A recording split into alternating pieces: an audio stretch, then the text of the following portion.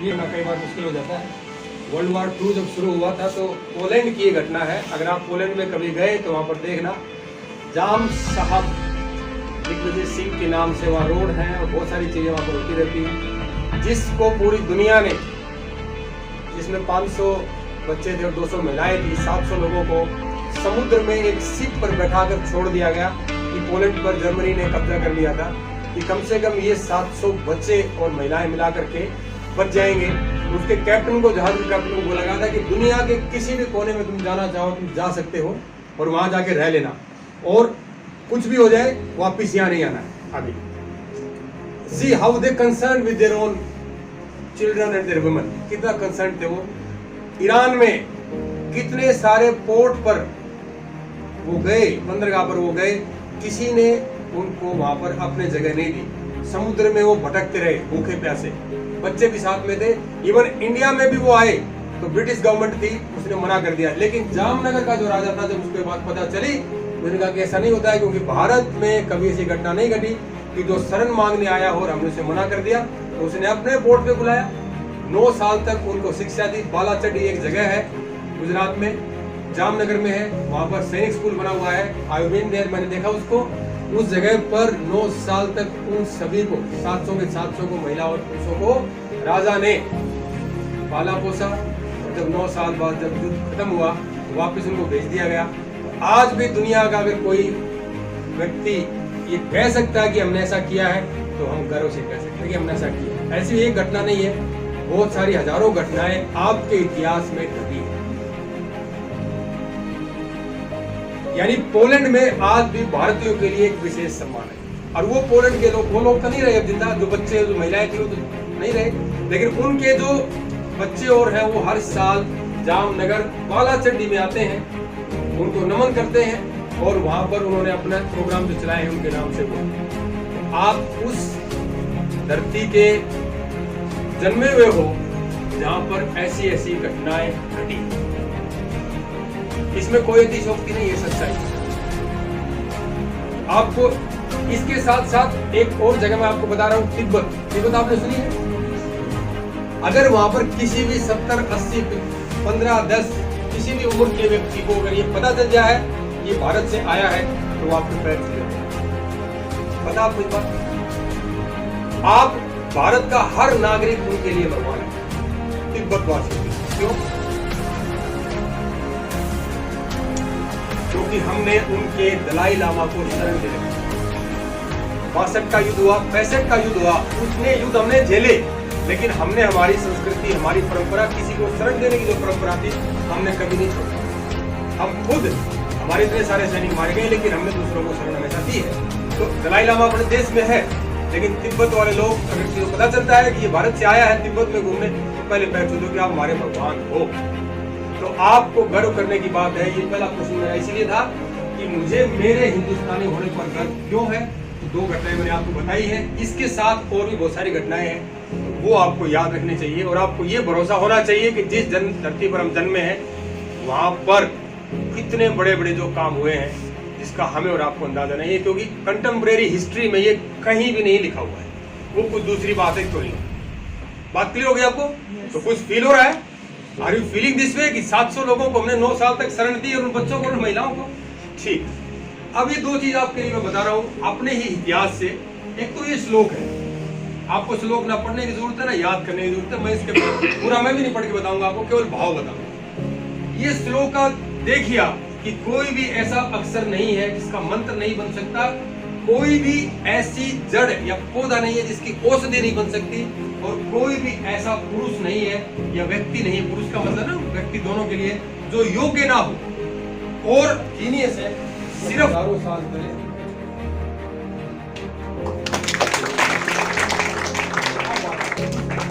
दुनिया में मात्र एक ऐसा ग्रंथ है, मैं केवल एक कह रहा हूं आपको, और पूरी दुनिया की बात कर रहा हूं, पूरे भारत की बात नहीं कर रहा हूं। मात्र एक ऐसा ग्रंथ है जिसको आप अगर सीधा, जहां पर आपने जन्म लिया ना वहां पर ऐसा ग्रंथ ऐसा गैर आज भी अवेलेबल है, जिसे हम कांचीपुरम की देखो लिखा हुआ ये है, पढ़ लेना, इसको समझ लेना, गूगल कर लेना। आजकल तो ऐसा नहीं कि फेक दे और बात ना बने, गूगल इट। ये एक ऐसा ग्रंथ है जिसमें 60 श्लोक दिए गए। अगर आप एक से शुरुआत करेंगे तो आपको लगेगा कि पूरी रामायण चल रही है। पीछे से पढ़ना शुरू करेंगे, कई गलती उसमें नहीं होगी, आपको लगेगा कि कुछ नहीं पता। इसलिए आपको गर्व करने अपने बता रहा हूँ, क्योंकि आपके समाज इतिहास में आपको नहीं मिलेगा। एक छोटी सी बात और मैं कह रहा हूँ, मैं साइकोलॉजी वालों को बताया था ये बात। ज्योग्राफी के बच्चे हैं, वो बच्चे ना बोलेंगे जो साइकोलॉजी वाले मेरे पास इसका पता है। आपके बच्चे कितने बच्चे ज्योग्राफी में यहाँ पर?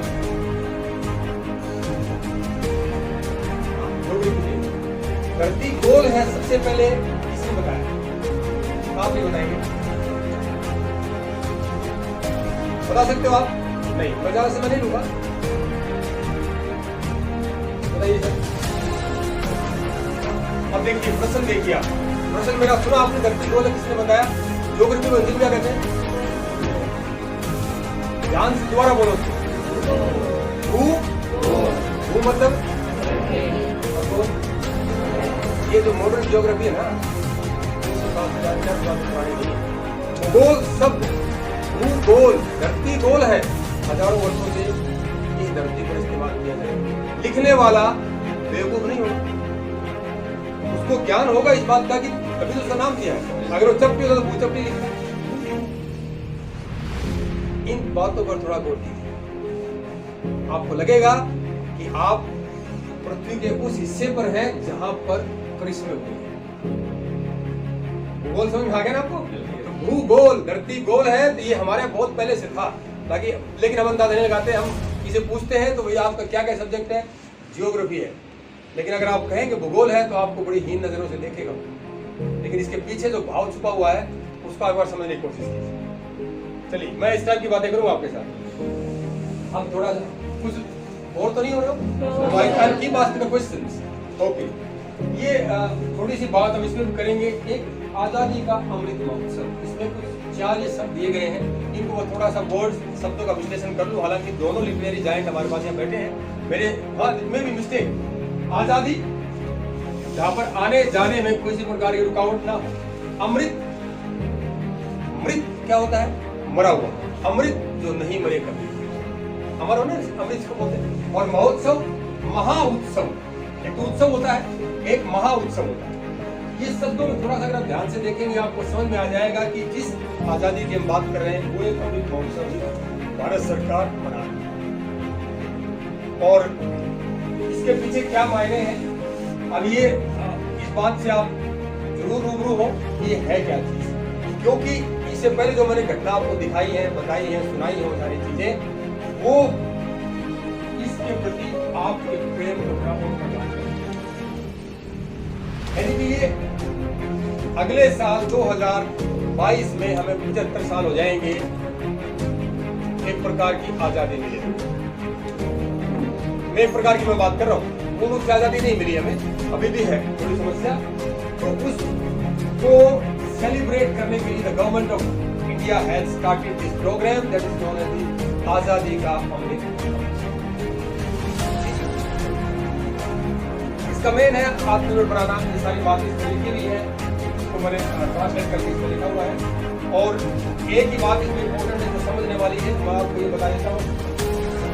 12 मार्च 2021 से ये इसकी शुरुआत हुई थी।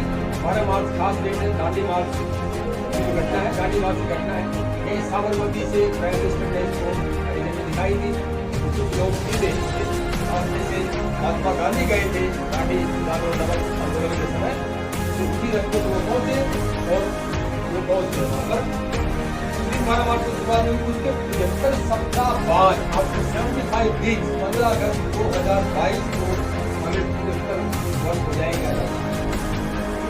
लेकिन ये जो प्रोग्राम है आजादी का अमृत महोत्सव, ये 15 अगस्त 2023 तक एक साल ये इसका मायना आप बोलिए। आज के युवा के अंदर राष्ट्र प्रेम, हमारे राष्ट्र के ओरिजिनल इतिहास को समझने, उसको जानने और अपने ऊपर गर्व करने और राष्ट्र के विकास में योगदान देने के लिए मुख्य रूप से इसका लक्ष्य है। इसमें एक बात ये कह रहे हैं कि आज़ादी के अमृत महोत्सव में आपको बहुत बड़ा काम करने की जरूरत नहीं है। आपको 100-200 पाकिस्तानी सोल्जर मारने की जरूरत नहीं है। वो कहते हैं कि छोटा सा एक काम अगर आपने एक पौधा भी लगाया है, तो अगर ये छोटे छोटे काम हम सब करें तो राष्ट्र के लेवल पर जब ये बात आएगी तो वो एक बहुत बड़ा हमारा योगदान है। ये बात इसकी कुछ विषय वस्तु इन्होंने तय की है।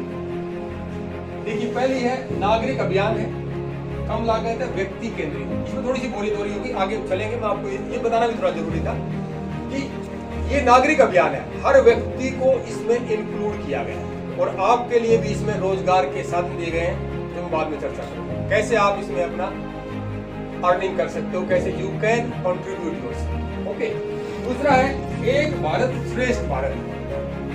ये इसका थीम है, हर राज्य हर भाषा। कि यहाँ पर ऐसा कोई नहीं कि कोई भाषा बहुत ज्यादा इंपॉर्टेंट है, कोई बहुत ज्यादा वैल्यू उसकी नहीं है। भारत की जो डाइवर्सिटी है, भारत की जो विविधता है, वही इसकी शान है, वही इसकी स्ट्रेंथ है। समझ रहे हैं आप? तो आप यहाँ लोकल, सारे आसपास के लोकल के हैं। ओके, तो भाई मैं नॉनी साइड का हूँ, तो हम लस्सी को लासी बोलते हैं। आप लोग क्या बोलते हो? क्या बोलते हो? ये देखो,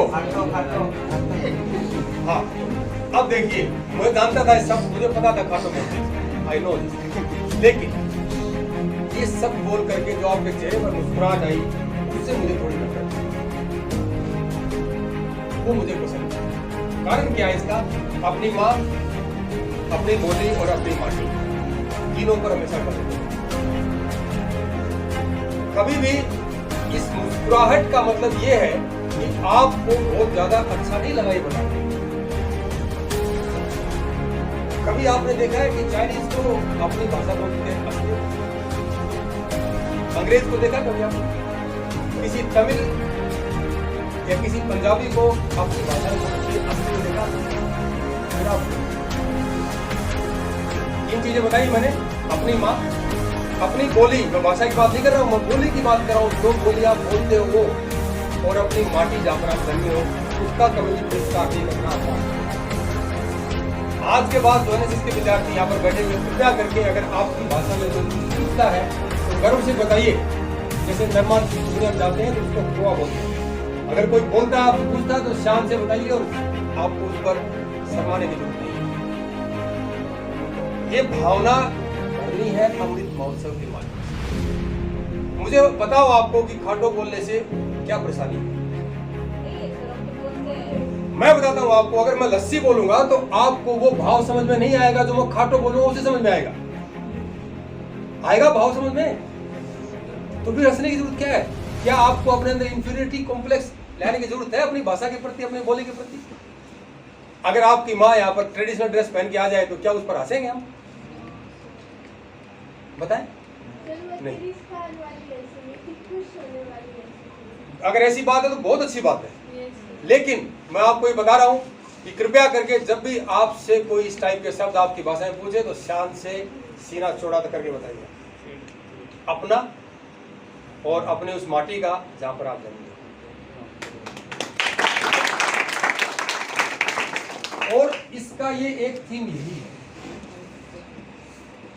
ये कह रहा है ये अभियान कि हमें हर राज्य, हर भाषा, हर व्यक्ति का सम्मान करना है। और शुरुआत कहां से होगी? आपसे, युवाओं से। हमारे से नहीं होगी, हमारी क्लास ऑलमोस्ट 70-80% लाइन जा चुकी है। आपसे होगी, क्योंकि आपकी जिम्मेदारी है इस देश को आगे ले जाने की। और वो तब आप कर पाओगे जब आपके अंदर कॉन्फिडेंस होगा, सुपीरियरिटी होगी, इंफीरियरिटी नहीं होगी। तो आज मुझे वादा करो कि अगली बार से ऐसी हरकत नहीं होगी। नहीं करेंगे? मुझे खुशी है कि मेरे बच्चे इस बात की मेरे साथ सहमत है। आगे देखिए, ये बात जो मैं कह चुका हूँ भारत के गौरवशाली इतिहास पर। ठीक है, हम कई बार हम बैठते हैं, हम चर्चा करते हैं, तो लोग कहते हैं कि ये सारी चीज़ें किससे किराने, सारे माइथोलॉजी है, कहने की बातें हैं कि हम बिजली तक नहीं बना पाए तो हमने कैसे ऐसे तीर बना लिए होंगे, ऐसे कुछ कर लिए होंगे, ऐसा लोग कहते हैं। आप लोगों ने सुना होगा। आज आपको मैं एक आर्गूमेंट दे रहा हूँ, आप उनको ये कहना कि अगर हमारे पास इतनी टेक्नोलॉजी नहीं थी तो जो ये मीनाक्षी टेम्पल बना हुआ है, जो ये हम्पी में ये मंदिर बना हुआ है, इतने हजारों मंदिर बने हुए, इतने हजारों किले बने हुए हैं। आपने किले देखे? जोधपुर वगैरह किले, जयपुर का किला देखे? ये बने किस टेक्निक से बने हैं? ये तो प्रूफ है, ठीक है रामायण महाभारत नहीं थी हम मान लेते हैं, लेकिन ये तो प्रूफ आपके पास है। कैसे बनाई? हजारों टन के पत्थर कैसे ऊपर चढ़ाए गए होंगे, कितने आदमी लगे होंगे, चलो आदमी ने चढ़ाया कंधे पर रख करके, कैन यू इमेजिन? तो इस इतिहास के बारे में आपको पहचान कराना और उसको समझाना। अगली बात आती है शताब्दी संकल्प, यानी कि युवाओं को सबको हमें एक संकल्प लेने की जरूरत है कि इस शताब्दी के खत्म होने से पहले पहले भारत को एक विश्व गुरु के तक पहुंचाना है। ये किसी एक व्यक्ति, किसी एक पॉलिटिकल पार्टी, किसी एक सरकार, किसी एक आइडियोलॉजी की बात नहीं है, ये बात है पूरे राष्ट्र की। और उसको योगदान कौन दे सकता है? आप, युवा। आगे समझ में? ये देखिए, ये 2-3 और है। भारत के विकास का प्रदर्शन, आज हमने जो विकास किया है पूरी दुनिया के सामने लेकर आना, उनके सामने बोलना, उनको बताना और वैश्विक पहुंच पूरी दुनिया तक अपने सामान की, अपनी चीज़ों की पहुंच बनाना, अपनी भाषा की, हमारी डाइवर्सिटी की, हमारी विशेषताओं की पहुंच बनाना। मतलब ये सारे के सारे जो विषय वस्तु है, ये है आज़ादी के अमृत महोत्सव। इससे आप जुड़े, कैसे जुड़ सकते हैं आने वाली स्लाइड्स में आपके साथ शेयर करूंगा। अब बात करते हैं लेटेस्ट एनालाइज योर रिस्पॉन्सेस। मैंने आपके पास एक क्वेश्चनर भेजा था 10 प्रश्न का, किसी ने भरा है उसको? जिसने भरा हाथ खड़ा करें प्लीज। वंडरफुल, बहुत बढ़िया। तो नहीं मेरा है, ये आते रहेंगे sir. Let us analyse your responses. जो आपने प्रतिक्रियाएं दी थी, अभी कुछ बोरियत तो नहीं हो रही है? मतलब ठीक है, अभी आर यू फीलिंग कंफर्टेबल कि मैं अपने देश का कुछ बात आ गई समझ में? मैंने कोई फेंकी नहीं है भाई, आपके अंदर पंप नहीं मारे हैं, मैंने फैक्ट बताया आपके सामने। It is available always. तो आपने जो रिस्पॉन्स दिए थे उनको हम थोड़ा सा एनालिसिस कर लेते हैं। This is very wonderful phenomena और इसमें मजा आएगा आपको। देखिए रिस्पॉन्स मेरे पास 200 से ज्यादा आ गए थे, 201 के जब, लेकिन मैंने एनालिसिस पहले से करना शुरू कर दिया था। तो 195, 197 के आसपास रिस्पॉन्सेज हैं जो आपको ये दिख रहे हैं, प्रतिक्रियाएं थी। अब आप देखेंगे कि प्रतिक्रियाएं देने में लगभग 58% लड़के थे और लगभग 42% लड़कियां। ठीक है, यानी कि लड़कों की मेजोरिटी इसमें ज्यादा थी। दूसरी बात हम करते हैं कि 62% के आसपास हमारे 20 साल से कम बच्चे। याद रखिए, इन चीजों को याद रखना, क्योंकि आगे वाली स्लाइड पर हम चर्चा करेंगे तो ये बात मैं आपको बार बार याद दिलाऊंगा। फिर आप देखना highest qualification graduate and below, कि यानी कि आपने हायर एजुकेशन में अभी जन्म लिया है, अभी आपने कदम रखा है, वो युवा है। मतलब युवा भी हुए नहीं है, युवा होने की दहलीज पर है, क्योंकि 20 साल से कम है आप अभी। ठीक है। दूसरी बात आप देखेंगे कि परिवार, ये एक बड़ी विडंबना मुझे देखने को मिली, क्योंकि इससे पहले मैं इधर आना चाहूंगा इस पर। लगभग 88% के आसपास हमारे रूरल से हैं, गांव से, है ना। मतलब ऑलमोस्ट 90% जिन्होंने रिस्पॉन्स किया है 200 बच्चों ने, वो गांव से हैं। अब अगर इसको हम देखें तो लगभग 50-50 हो गए, 50.8 या 49 है कि ज्वाइंट और न्यूक्लियर फैमिली। ये चीज थी जो मुझे बैफलिंग की, मेरे दिमाग पर थोड़ा मुझे थोड़ा सा कष्ट हुआ इस बात का कि जो घटनाएं हम कभी शहरों में देखा करते थे, आज वो गांव में देखने को मिल रही हैं। क्योंकि लगभग 90% रहने वाले गांव के बच्चे, उनमें भी आज एकल परिवार रह गए हैं। जबकि माना यह जाता था कि गांव में ज्यादातर ज्वाइंट फैमिलीज है और एकल परिवार यानी न्यूक्लियर फैमिलीज के जो दुष्परिणाम हैं, ज्वाइंट फैमिलीज के भी दुष्परिणाम थे, लेकिन आज के जमाने में जितनी महत्ता, जितनी सार्थकता हमारे ज्वाइंट फैमिली की बची है, वो न्यूक्लियर फैमिली में नहीं है। तो ये एक बड़ा इशू आ रहा है, जो कि मुझे लगा कि ये रिसर्च का पॉइंट है कि हमारे गांव में भी आज न्यूक्लियर फैमिली होने लगी है। ओके, चलो वो बात दूसरी है। और ये देखें 95% overall student, this is very wonderful thing. यानी कि जो आगे हम बात करेंगे, हम उन बच्चों की बात करेंगे जो कि गांव के रहने वाले हैं, क्योंकि आपने बताया गांव के हैं, उनकी बात करेंगे जो 20 साल से कम है, उनकी बात करेंगे जो ग्रेजुएट एंड बिलो है, और उनकी बात हम करेंगे जो कि सारे के सारे विद्यार्थी हैं। आगे जो बातें हम डिस्कस करेंगे, इन बातों को याद रखना, वैसे मैं आपको दिलाता भी रहूंगा याद। ये लो, ये मेरा एक प्रश्न आपके पास था, क्या आपके पास या घर में किसी के पास कार है? मेरा प्रश्न था ये। तो इसमें 80% बच्चे कह रहे हैं नो। अब याद रखना, ये 80% बच्चे कौन है? क्योंकि गांव के रहने वाले हैं, ये वो विद्यार्थी हैं, अभी एजुकेशन की शुरू हुई है, 20 साल से कम है। अर्थात इस प्रश्न को पूछने का केवल मेरा एक मतलब ये था कि इससे थोड़ा बहुत अंदाजा लग जाता है कि हमारा जो सामाजिक आर्थिक स्टेटस, जिसको इंग्लिश में सोशियो इकोनॉमिक स्टेटस बोलते हैं, वो किस प्रकार का है। यानी कि बहुत ज्यादा पैसे वाले लोग यहाँ नहीं हैं, उनकी क्या भावनाएं हैं वो हम आगे चर्चा करेंगे। बात आगे समझ में आई है? ओके। अच्छा भाई, किसी को बोरी तो नहीं हो रही? होगी तो भी आ नहीं प्रॉब्लम नहीं, ऐसा नहीं है, बट अगर है तो let me know, I stop there. अब अगला प्रश्न ये था आपका, आप कहाँ के रहने वाले हैं? मुझे आप कहाँ के रहने वाले इस बात से मतलब नहीं था, लेकिन मुझे उन 3 बच्चों पर गर्व है जिन्होंने इंडिया लिखा है। ये आपके राष्ट्र प्रेम, राष्ट्र भाव और आपकी सोच का दायरा दर्शाता है, जिसमें 10 बच्चों ने लिखा है हरियाणा, 15 कह रहे हैं हिसार और 169 कह रहे हैं कि अपने अपने गांव का उन्होंने नाम लिखा है। मैं इंटरेस्टेड नहीं था कि इस बात को जानने के लिए, but my idea was how many of you respond this question. अगर आपने चक दे इंडिया फिल्म देखी है, उसमें इस प्रश्न का जिक्र है, जिक्र है ना, केवल उसी के आधार पर ये प्रश्न तैयार किया गया था।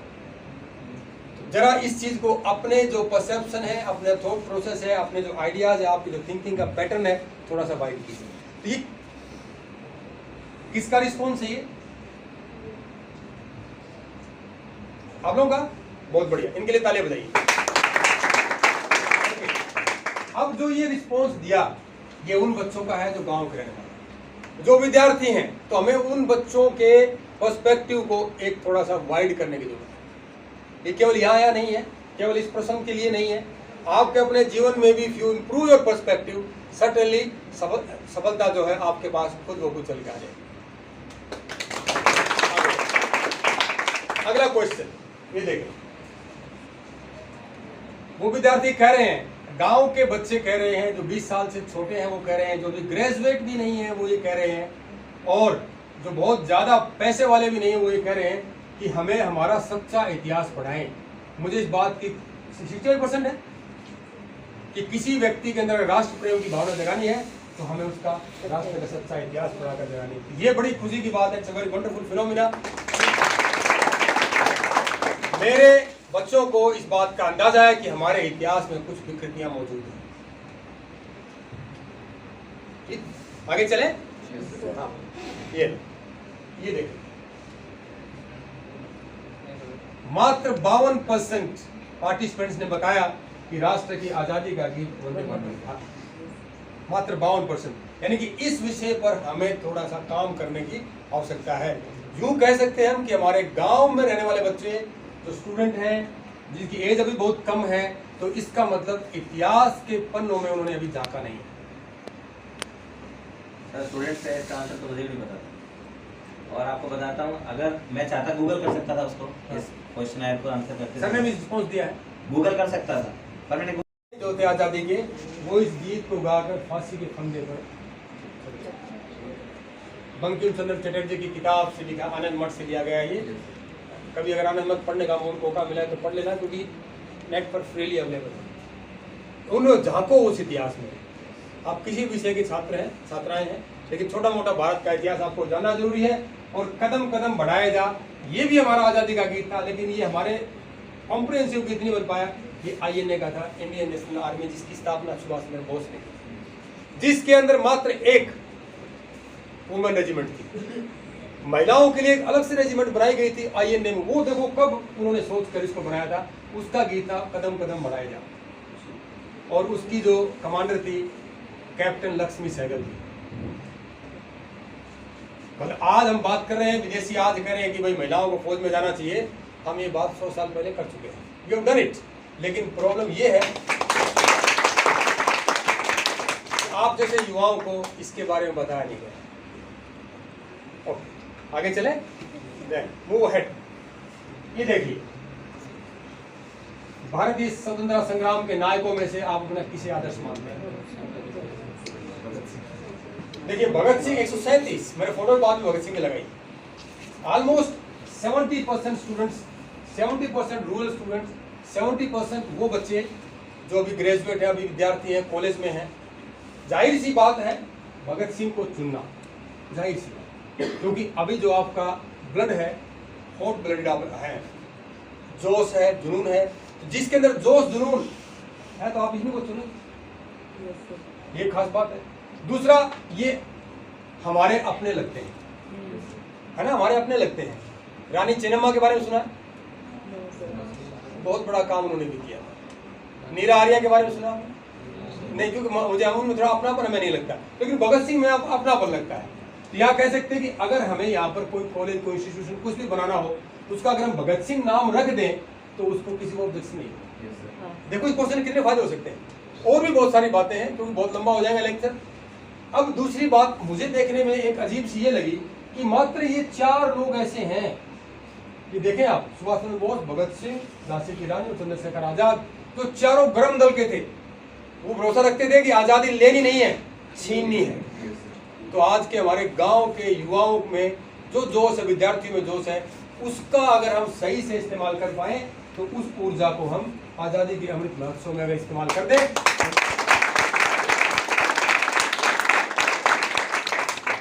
हम आश्चर्य क्रिएट कर सकते हैं। मेरा ऐसा मानना है, क्योंकि ये आपके सामने साफ दर्शा रहा है।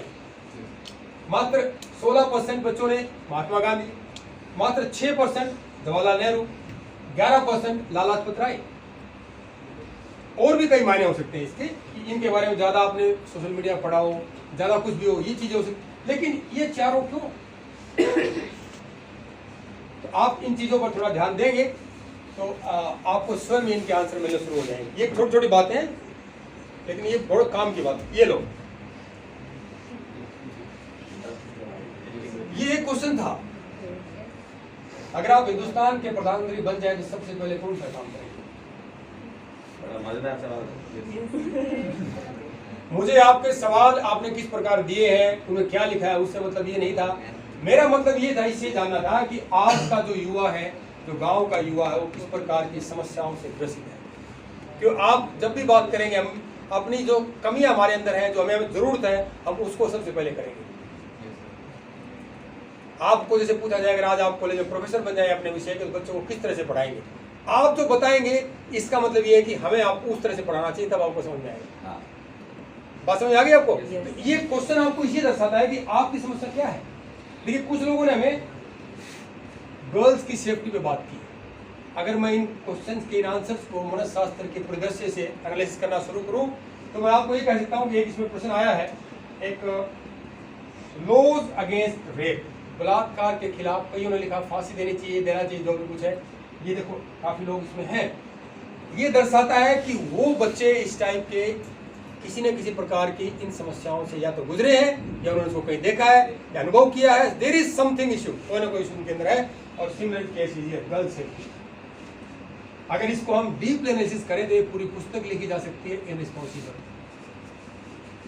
हर व्यक्ति प्रोजेक्ट करते हैं हम अपनी समस्याओं को किसी चीज के माध्यम से। आपको समझ में आ रहा है? सबसे ज्यादा जो जवाब आए थे, सामाजिक काम के प्रति जवाब आए थे, कि हम सामाजिक काम में क्या क्या करना है। और फिर एक और हमें देखने की बात आई थी, करप्शन। यानी कि हमारे विद्यार्थी जो गांव के हैं, जो स्टूडेंट्स हैं, वो करप्शन के बारे में पूरी तरह से अवेयर हैं, लगभग अवेयर हैं। अगर आप अवेयर हैं तो इसका मतलब ये है कि आपने या तो उसके बारे में पढ़ा है या सुना है, या करप्शन के शिकार आप भी हुए हैं, या उससे कहीं ना कहीं आप दुखी हैं। और आप ये भी समझ रहे हैं कि करप्शन से किस प्रकार से राष्ट्र के विकास में बाधा उत्पन्न हो रही है। ये एक बहुत अच्छा साइन है कि आने वाले समय में एटलीस्ट हमारे जो आज का युवा है, वो कम से कम करप्शन में इन्वॉल्व नहीं होगा। दूसरी बात, शिक्षा। ये 4 मुद्दे जो आप देखेंगे ना, वेरी इंपॉर्टेंट। ओवरऑल डेवलपमेंट है, और ये 5 ले लो आप, overall development, corruption, education, employment and social work. ये 4-5 मुद्दे ऐसे हैं जो कि युवाओं ने सबसे ज्यादा कहा कि जैसे ही मैं प्रधानमंत्री बनूं तो मैं काम करूं। ठीक है, इससे हमारा पर्सपेक्टिव पता चलता है। ओके, ये कुछ ऐसे रिस्पॉन्स थे जो मुझे इंटरेस्टिंग लगे, तो सोचा क्यों ना आपके साथ में शेयर कर दूं। मैं ये नहीं बताना चाहता कि किसने रिस्पॉन्स दिया। अब आप देख सकते हैं कि पहला रिस्पॉन्स कहता है कि बच्चों को हर महीने पैसा मिलना चाहिए पढ़ने के लिए। जिस व्यक्ति ने ये रिस्पॉन्स दिया है, certainly he or she may be suffering from some kind of financial constraints। आप इस बात को अच्छे से समझ सकते हो, बताने की जरूरत नहीं है। ओके, आप किसने जवाब दिया मैं पूछने वाला आपसे नहीं हूं। I am going to ask this, ठीक है। Next question, I am a rural girl. ये मतलब है लड़के का जवाब, firstly I will provide transport facility to girls, यानी कि जिस ट्रांसपोर्ट में बच्चे आज ट्रेवल कर रहे हैं उनमें उनको समस्या उत्पन्न हो रही है, उनको आने जाने में बड़ी परेशानी हो रही है। ये कुछ ऐसे जवाब जो थे मैंने नोट किए हैं। I will make the country freely fit and try to feel every person safe in this world. आप समझ ले, जिसने जवाब दिया है उसकी स्वयं के बारे में कहीं सेफ्टी पर कहीं ना कोई प्रश्न चिन्ह लगा हुआ है। ओके, नेक्स्ट देखते हैं, I will try to implement true equality, यानी कि उस व्यक्ति को अपने घर पर अपने समाज में समानता भी नहीं मिली है, उसके साथ कुछ ना कुछ ऐसा हो रहा है। Okay, in all fields like education, employment and other essential services. Okay, increase in the soldiers salary. बहुत ही बढ़िया। अब ये जो प्रश्न है, ये जो जवाब है, इसका मतलब ये है कि जो व्यक्ति जिसने जवाब दिया उसके परिवार से जरूर कोई ना कोई रिश्तेदार में कहीं ना कोई सैनिक है, ठीक है। इसका मतलब ये है, तो वो ये जानता भी है कि उसको जो सैलरी उनको मिल रही है वो इनएडुकेट है, सफिशिएंट नहीं है।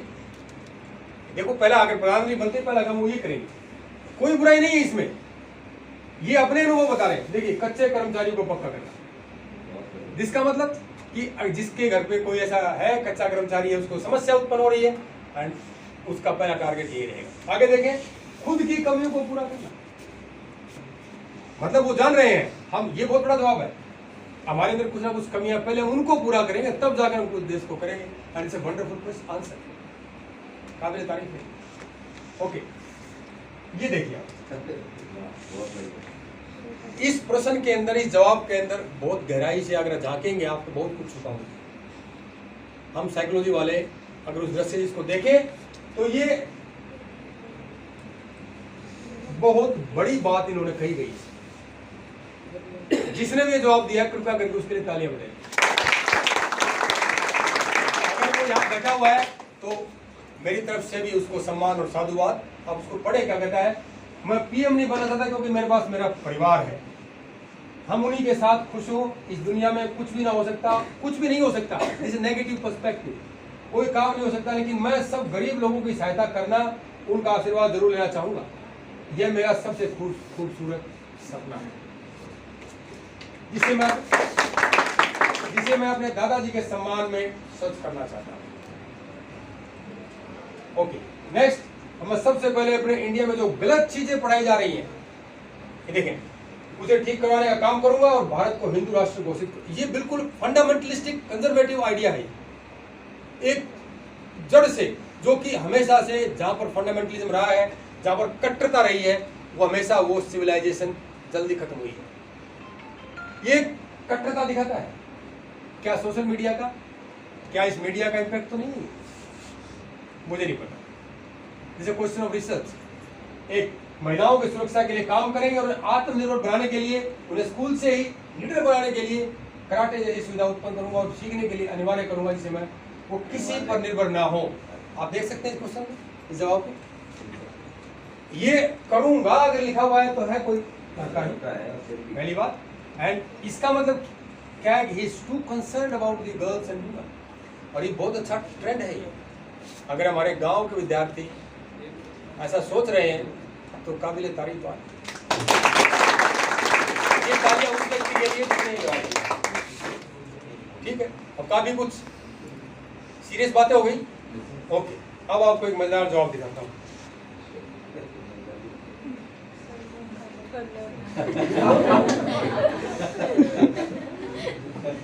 एक ही जवाब आया है, अच्छा लिखा, क्रिएटिव आंसर लिखा, देखो क्रिएटिव एंड फनी आंसर। मुझे ये भी लगाया साथ में, मैंने नहीं लगाई, मैंने ये लगाया प्राइम मिनिस्टर ऑफिस, हमारे इंडिया के जो प्राइम मिनिस्टर ऑफिस की ऑफिस कैसा दिखता है वो लगाया है। जिसने भी लिखा है वेरी गुड, ये क्रिएटिव आंसर है, क्रिएटिविटी है। तो उस व्यक्ति को मैं कहना चाहूंगा कि जिसने जवाब दिया है तो ट्राई करे कम से कम समथिंग न्यू क्रिएट करने की, कुछ इन्वेंशन करने की, और जल्दी सफल हो जाएगा। हम पूछेंगे नहीं किसने दिया है, बट अच्छा लगा ना? बिल्कुल, ओके। बहुत मजेदार। तो कोई बोरियत तो नहीं लगी ना बार बार? इसलिए मैंने इस जवाब को एक अलग से सेपरेट स्लाइड पर रखा, ताकि इतने, क्योंकि हम सीरियस बात करेंगे तो थोड़ा सा हमारे अंदर ऐसी बात उत्पन्न हो जाए, लेकिन हम इसको बात ओके चलो आगे हम चलते हैं। ये प्रश्न है आपके पास, आपने पिछली बार कब राष्ट्रहित का काम किया?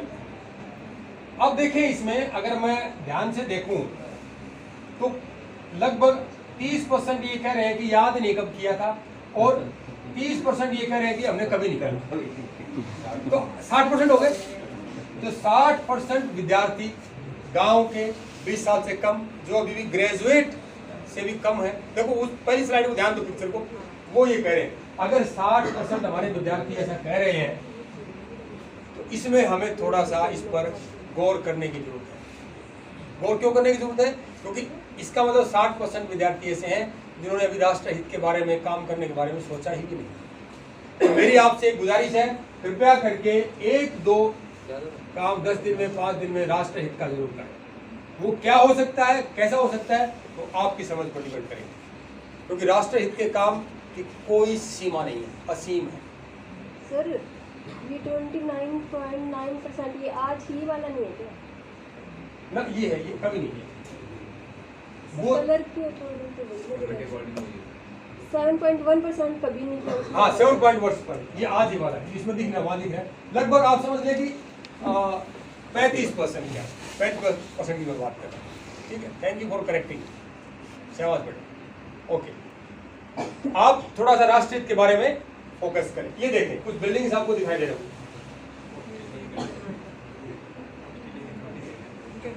अब देखें कि अगर आपको विदेश में स्थायी रूप से रहने का मौका मिले तो आप किस देश में रहना पसंद करेंगे? अगर आप, मुझे पूरा भरोसा है, जब आपने इस उत्तर प्रश्न को पढ़ा होगा तो आपने इस शब्द को ध्यान नहीं दिया होगा। अगर इस शब्द पर आप ध्यान देते परमानेंट स्थायी रूप से, तो ये जवाब नहीं देते। Yes sir. तो आप जवाब देते है इसमें नन, मैंने नहीं डाला, कोई और था इसमें एक शब्द, नन ऑफ दिस, हाँ नन ऑफ दिस डाला हुआ है, यस सर। इनमें से कोई और नहीं, ये जवाब है। क्योंकि स्थायी रूप का मतलब क्या, हमें जो मैंने गर्व की बात की थी, जो हमने बात बताई थी, क्या हमें थोड़ा सा इतना रिपल्सन हो गया हमारी माटी से कि हम दूसरे देश के लिए इतने क्रेजी हैं? पूरी दुनिया ने आज तो नहीं, लगभग भारत को एक ट्रेनिंग सेंटर समझा हुआ है। ट्रेनिंग सेंटर समझते हो? लोगों को यहाँ रहो, खाओ, पियो, ट्रेन हो जाओ, सब कुछ सीख लो यहाँ से, और उनकी जाके सेवा करो। ये ट्रेनिंग सेंटर समझा हुआ है, और उसका अगर ये ट्रेंड है हमारे युवाओं में विदेश जाने का, तो ये एक अच्छा ट्रेंड हमारे देश के राष्ट्रहित के लिए नहीं है। अगर आपके घर में एक दिन मान लिया जाए सब्जी नहीं बनती है, तो क्या वो घर छोड़कर जिसके यहाँ रोज अच्छा खाना बनता है वहाँ चले जाते हैं आप? क्या करते हैं आप? कोई नहीं, माँ ने जैसे केवल सूखी रोटी बनाई है तो उसको खा लेते हैं, हम करते हैं ऐसा। तो ये भारत भी आपके लिए एक राष्ट्रमाता के नाम से, कृपया करके इस पर्सपेक्टिव में, इस दृष्टिकोण में थोड़ा सा आप विचार कीजिए। ठीक है, काम कीजिए, काम कर सकते हैं। बात भी अगर हम सब ऐसा सोच लेते, अगर हम इस प्रकार सोच लेते, तो आज हम ना रॉकेट साइंस, ना इसरो हम क्रिएट कर पाते, ना आज हम इतना प्रोडक्शन कर रहे हैं, इतनी चीज़ें बना रहे हैं, वो हम सब कभी नहीं कर पाते। ठीक है, सुख सुविधाएं वहाँ पर हैं, लेकिन जितनी आज़ादी आपको यहाँ पर है, दुनिया के किसी भी देश में नहीं है। मेरा एक साथी है जो अमेरिका में आज भी रह रहा है, वो बताता है हमें, बोला यार यहाँ जिस दिन हम एयरपोर्ट पर उतर के इंडिया में लैंड करते हैं, मज़ा ही कुछ और आता है। मैंने कहा कैसे? बोला जब चाहे ना कागज़ फेंक देते हैं। That's the feeling of expression, मतलब किस तरह आज़ादी की बात कर रहे हैं। वो बताता है मुझे, हमारे ग्रुप में डालता है कि वहाँ पर अमेरिका में पिज़्ज़ा, बर्गर कौन खाता है?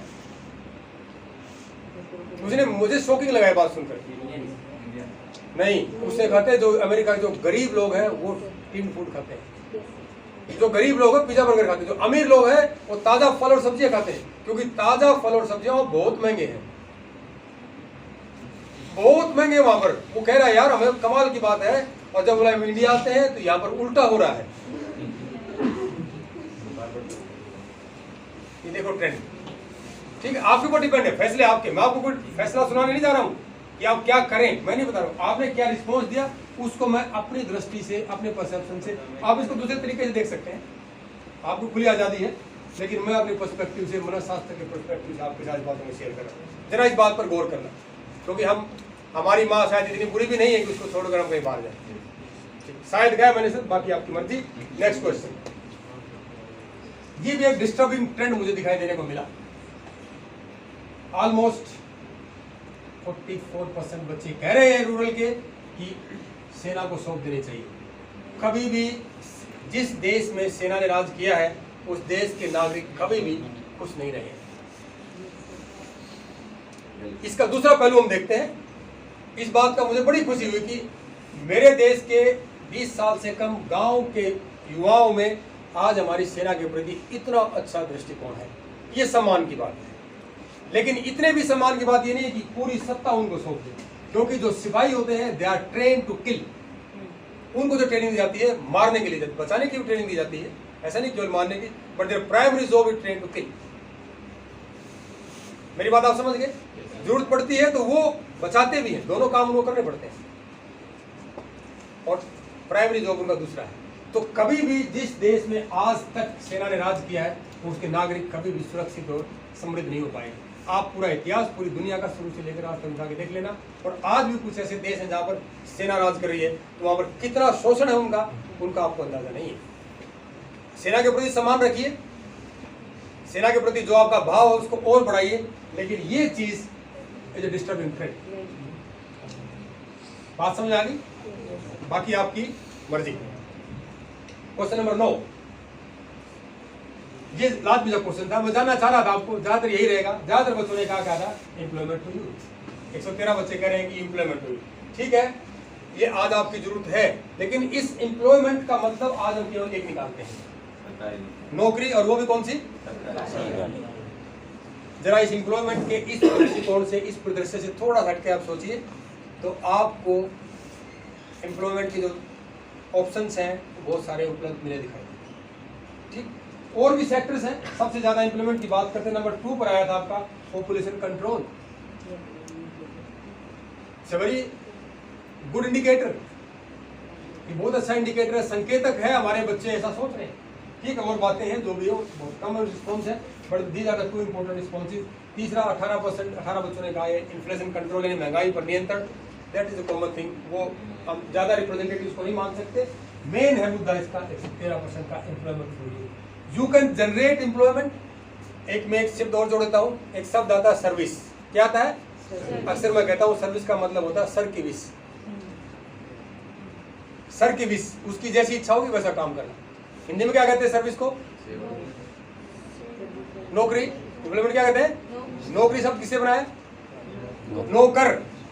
किसे बना है? नौकर। कितना भी बड़ा कोई भी क्यों ना हो सरकारी कर्मचारी नौकर होता है, क्योंकि नौकर का मतलब, नो को आप अंग्रेजी ले लो, नो नहीं कर, सोचो उसको आप, नो नहीं करना आपको, नो कर। चाहे वो कैबिनेट सेक्रेटरी है वो भी नौकरी है।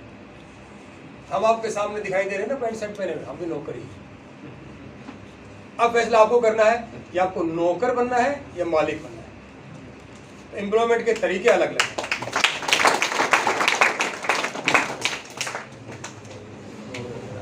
अंतिम प्रश्न की बात हम करते हैं। थोड़ा सा आपको लग भी रहा होगा कि मैं एक पर्सपेक्टिव दूसरा था। ये देखें, ये आप नए नहीं है, इस सवाल का जवाब देने वाले ये सदियों से चलता आया है। और आप आज मेरे से बात ही नोट कर लो, आने वाले 20 साल में जब आप यहाँ पर होंगे और हम ऊपर होंगे, उस समय आप ये प्रश्न उन युवाओं से पूछना, और आप अपने बच्चों को उतनी ही आज़ादी देना जितनी आप आज़ादी चाहते हो, फिर भी बच्चे वही बात करें। ये कोई नई बात, it's a contemporary thing and this is also very very important phenomena. वो कहता है कि हाँ, हमें अपने जीवन से फैसले लेने की हमें पूरी आज़ादी और चाहिए। ये हमेशा से होता है। हमारे समय में कम आज़ादी थी, आज हमने खूब बच्चों को आज़ादी दे रखी है। हमारे बच्चों को, आपको खूब आज़ादी मिली हुई है, मिली कि नहीं मिली हुई? लेकिन फिर भी हमेशा हमें लगता है कि आज़ादी कम है, क्योंकि कारण क्या है कि हमारी इच्छाओं अनंत है। और आप इस बात पर ना फिर भी बाद में भी गौर करना, जब आप उस स्टेज पर आओगे ये प्रश्न पूछना। कभी कभी आप में से कुछ लोग प्रोफेसर जरूर बनेंगे, कुछ लोग कॉलेज में, यूनिवर्सिटी में, somewhere you will join, that time will go for this question and ask. उस टाइम की बच्चों से पूछना कि क्या देनी चाहिए जीवन संबंधी फैसले लेने की। और याद रखो, अगर पूर्ण रूप से आपको आज़ादी दी जाएगी तो आप बिगड़ जाएंगे सारे। बिगड़ने का मतलब ये नहीं कि आप भाग जाओगे, हाँ ऐसा नहीं। उसका मतलब है कि क्योंकि आपका जो फैसला लेने, कॉग्निटिव जो डेवलपमेंट की हम बात करते हैं वो संपूर्ण नहीं होता है, और हम अपने हित के बारे में कई बार नहीं सोच पाते। इसी मुद्दे पर आपके लेवल पर आके मैं बात कर रहा हूँ, बहुत से बच्चे जो है कॉलेज में यूनिवर्सिटी में आकर अफेयर के चक्कर में पड़ जाते हैं। नहीं पड़ जाते हो जाते, ना करने से कोई फायदा नहीं। वी नो दिस, क्योंकि मैं और ये हम सब बैठे ना, ये इतने बड़े अपनी माँ से पैदा नहीं हुए, हम भी कभी यहाँ बैठे थे, हमारी भी इच्छाएं थी। मैं तो बहुत बैठा हूँ सर तो यही पढ़े हैं। ओके, दिस मीन्स कि उस समय अगर हम उस स्थिति में होते हैं तो वो जिस आज़ादी की मैं बात कर रहा हूँ वहां पर ही आ जाए। अब इसका मायना क्या है, इस प्रश्न का मायना ये है कि आप कभी भी जो आपको अभी मिला हुआ, वर्तमान में जो मिला हुआ है, उसको पूरी तरह से एक्सप्लॉइट करो, यूटिलाइज दैट अपॉर्चुनिटी। जो आज़ादी, जो चीज़ें आज आपको मिली हुई है, उसका पूर्ण रूप से इस्तेमाल करते हुए आप अपने जीवन को आगे बढ़ाएंगे। एक यंगेस्ट IPS अफसर बना था कोई मुस्लिम, उसका नाम था मुझे नहीं पता, मैं भूल गया नाम उसका। तो उससे इंटरव्यू लिया जा रहा था, तो उसके जो इंटरव्यू लेने वाली थी वो कह रही थी कि उसका नाम मोहम्मद शकील बहन को जैसा नाम था, चलो मोहम्मद रख लेते हैं, कि मोहम्मद तुम बहुत ही लकी हो कि सबसे कम उम्र के IPS अधिकारी बने। उसने कहा कि हाँ मैडम मैं बहुत लकी हूँ। चलिए मैं अपने लक की आपको कहानी सुनाता।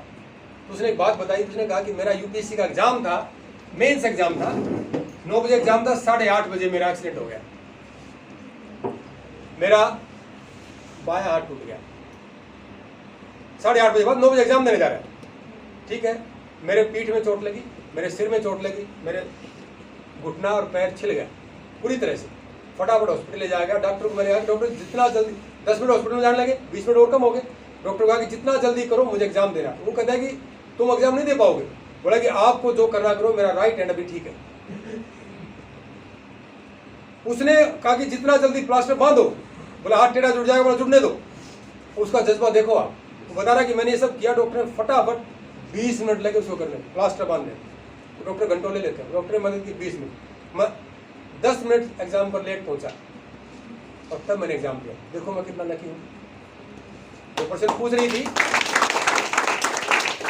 जो टीवी की एंकर थी पूछ रही थी, उसका मुंह सूख गया। और ये इंटरव्यू आपके टीवी गूगल पर भी अवेलेबल है, समझ रहे हैं?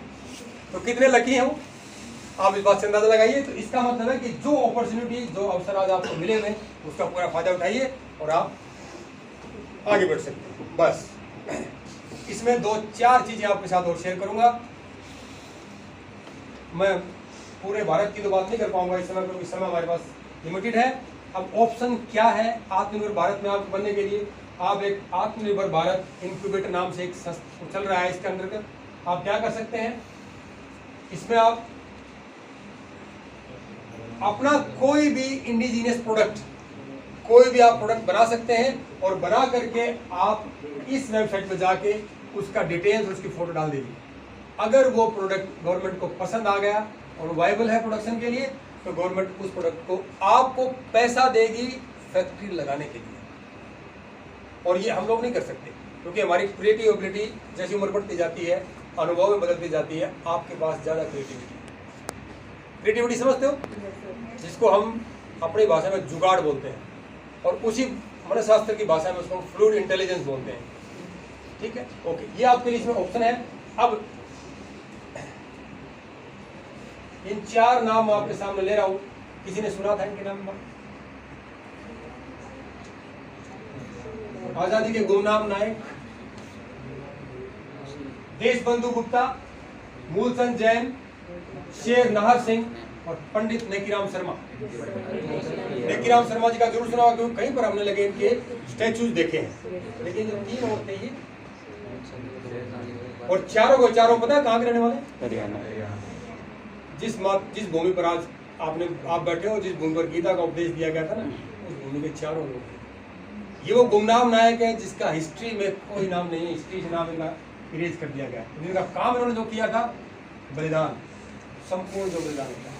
तो आप कम से कम हरियाणा के बारे में एक वाक़या सुना रहा हूँ आपको, असली वाक़या। हम ट्रेन में ट्रेवल कर रहे थे, my wife was along with me.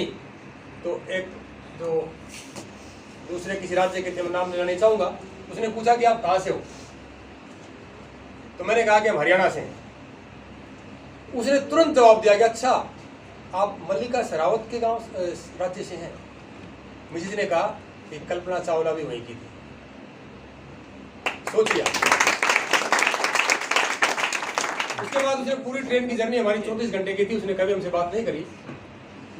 लेकिन आप पर्सपेक्टिव देखिए सोचने का, तो आपके पास ऑप्शन है ना, कैसे आप सोच सकते हैं। इसके पास तो किसी का कंट्रोल नहीं है। तो यानी अगर आप हमें इस बात से कह रहे हैं कि वल्गरिटी से आप हरियाणा को जानना चाहते हैं, तो हरियाणा में नहीं, वो लाल भी दिए हैं जिसमें दुनिया जब तक रहेगी इस्लाम का नाम रखा जाए। और हरियाणा को आर्मी की स्वॉर्ड आर्म कहते हैं। स्वॉर्ड आर्म समझते हो? पूरे देश में 10% जो सोल्जर्स हैं आर्मी नेवी एयरफोर्स में हरियाणा के, सबसे ज्यादा। तो आप उस भूमि से हो, आप उस धरती से जन्मे हो जहां पर हमने इतने बलिदान दिए हैं। तो ये उनमें से 4 गुमनाम नायक हमारे रहे। देशबंधु गुप्ता जो पानीपत से थे, मूलचंद जैन सोनीपत से थे, शेर नाहर सिंह ये फरीदाबाद से, और पंडित नेकीराम शर्मा रोहतक से। इनको कभी भी इतिहास में वो जगह नहीं मिली जितनी इनको मिलनी चाहिए थी। अब इनके बारे में थोड़ा थोड़ा इतिहास है, आप जाने या ना जाने, इनको आप दूर के पढ़ लेना। सिर्फ मैंने आपके अंदर एक जिज्ञासा जगाने के लिए ये आपके सामने फोटो लगाया। मैं इनका इतिहास आपको नहीं पढ़ाऊंगा। केवल एक बात मैं आपके साथ शेयर करूंगा, जो कि शेर नाहर सिंह जी थे, उनको फांसी दी गई थी, बाकी इनको भी टॉर्चर किया गया, सभी को जेल में चले गए थे। ठीक, तो आप कृपया करके समय जब आपका मिलता है, एनएसएस के विद्यार्थी हो, राष्ट्र प्रेम, राष्ट्र सेवा का आपके अंदर एक जज्बा है, तो कृपया करके हमारे इतिहास के पन्नों में एक बार जरूर झांकें, क्योंकि इतिहास में बहुत सारी वो चीज़ें मिल जाती हैं जो हमें कभी सोची भी नहीं थी। और इतिहास हमेशा ये तय करता है, आपका भविष्य तय करता है। हम कहाँ जाएंगे, ये बात का फैसला वो चीज़ तय करती है कि हम कहाँ से आए हैं। तो थोड़ा थोड़ा इतिहास आप जरूर करें। Okay, thank you for your patience hearing. अब आपका कोई प्रश्न हो तो आप उससे प्रश्न पूछ सकते हैं। Thank you sir.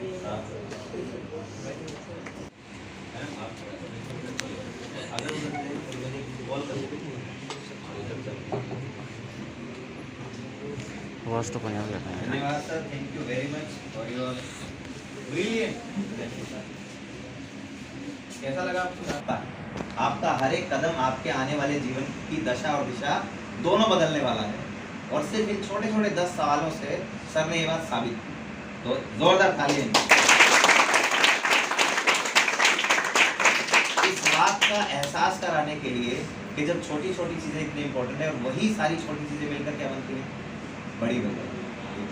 तो हर एक कदम, जैसे एक कहानी अगर आपने सुनी हो कि एक बार समंदर के किनारे 2-3 लोग थे, और समंदर की लहरों से है ना मछलियाँ बाहर आके गिर रही बहुत संख्या में।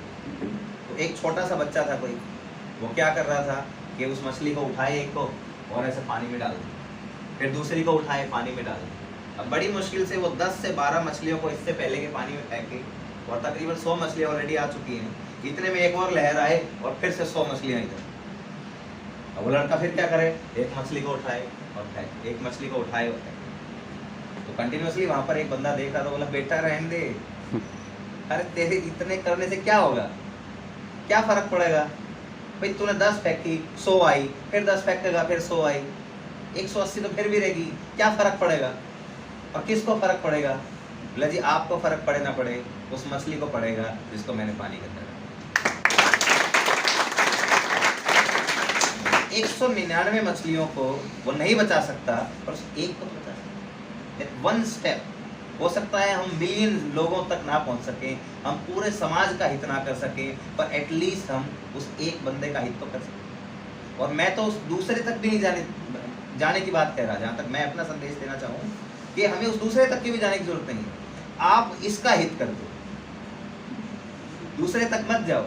आप अपने आप का खुद सोचो, हम अपने जीवन को कितना सुधार रहे हैं। हम अपने जीवन को भी कहाँ सुधार रहे हैं? अगर हम दूसरों की गारंटी लेना छोड़कर खुद की गारंटी लेना शुरू कर दें तो फिर क्या होगा? एक बेहतर तस्वीर हमें मिलनी शुरू हो जाएगी। क्योंकि हम सब क्या करें, खुद के करियर को, खुद की बेहतरी को, समाज में दूसरे क्या कर सके उनको मोटिवेट करने की बजाय हम खुद क्या बेहतर कर सकते हैं उस पर भी अगर हम काम करें, मतलब वो कब है, वो दूसरा स्टेप है। वो आप कब करें, जब आपको ये लगे कि हाँ आप अपने आप में, जैसे आज के वक्त में हम आके बोल रहे हैं ना, अब सर ने आपसे इस चीज़ की अपेक्षाएं रखी, आपको इस चीज़ के लिए मोटिवेट किया। सर ये बात कब कह रहे हैं? जब सर ने खुद अपने जीवन को क्या कर लिया है, सुधार। उन्होंने अपने सामाजिक आर्थिक परिदृश्य को बेहतर कर लिया। अब वो ये बात दूसरों से कह सकते हैं। ठीक है, तो आपको सबसे पहला काम क्या करना है, खुद में वो सुधार लाना है। ऐसे ऐसे 10 सवाल थे, मैं तो कहूँगा सर आप है ना बीच बीच में जब कभी भी आपको वक्त मिले ऐसे ऐसे क्वेश्चनायर्स जो हैं वो भेजते रहा कीजिएगा। ठीक है, तो ये बहुत ही अच्छा है। और जब पोजीशन और नारा लेखन में फर्स्ट पोजीशन प्राप्त,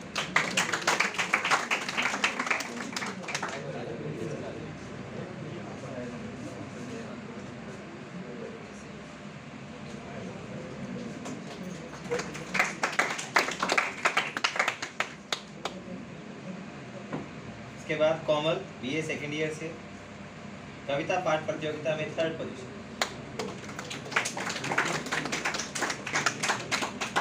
इसके बाद हरीश तैयार रहे, हरीश नारा लेखन में 2nd पोजीशन। अली बदले इन सबको सर्टिफिकेट के साथ जो कैश प्राइज था वो भी दिया जा रहा है। उसके बाद पंकज बीए सेकंड से नारा लेखन में 3rd पोजीशन।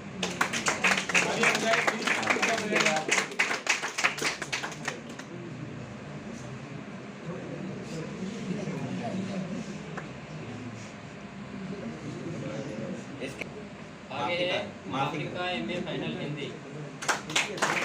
इसने भाषण प्रतियोगिता में 3रा और कविता में 2रा स्थान प्राप्त किया है।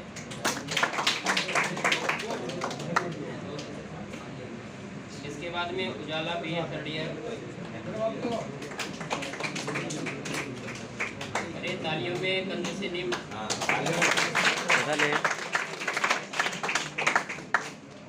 इसके बाद में साक्षी बीए 3rd ईयर से भाषण प्रतियोगिता में पहला, पोस्टर में 2रा और कविता में फिर पहला स्थान इन्होंने प्राप्त किया है।